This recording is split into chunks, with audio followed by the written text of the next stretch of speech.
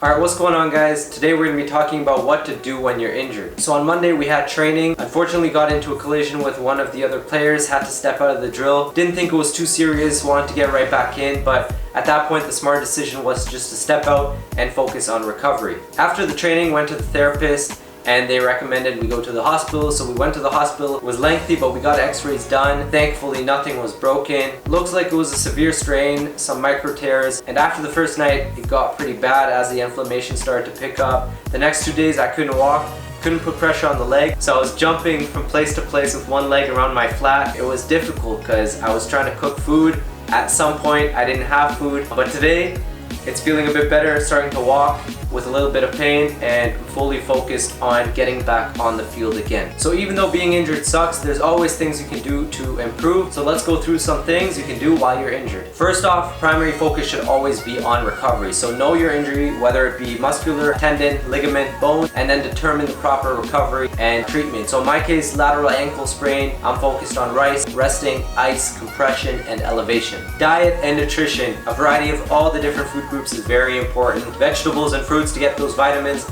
and minerals in, dairy products, grain products, meat and alternatives. Make sure you're supplying your body tissues with the sufficient protein they need to be able to repair and get back to 100%. Next up, depending on your type of injury, you might be able to do some possible extra training. So for example, I have an ankle injury, I can still work out on my upper body. So here I'm getting some push-ups in, changed it up a bit, only doing them on one leg because of my injury, but push-ups are always a go-to exercise to maintain your upper body strength. Next up here, I'm getting some core exercises in. Every single athlete needs a strong core, and the great thing about working out your core is there's legit more than 100 different exercises you can do, so pick and choose depending on what you can and can't do with your injury. And finally, getting some foam rolling in. It's great for recovery with the myofascial release and also making sure circulation is optimal throughout your muscles and body tissues.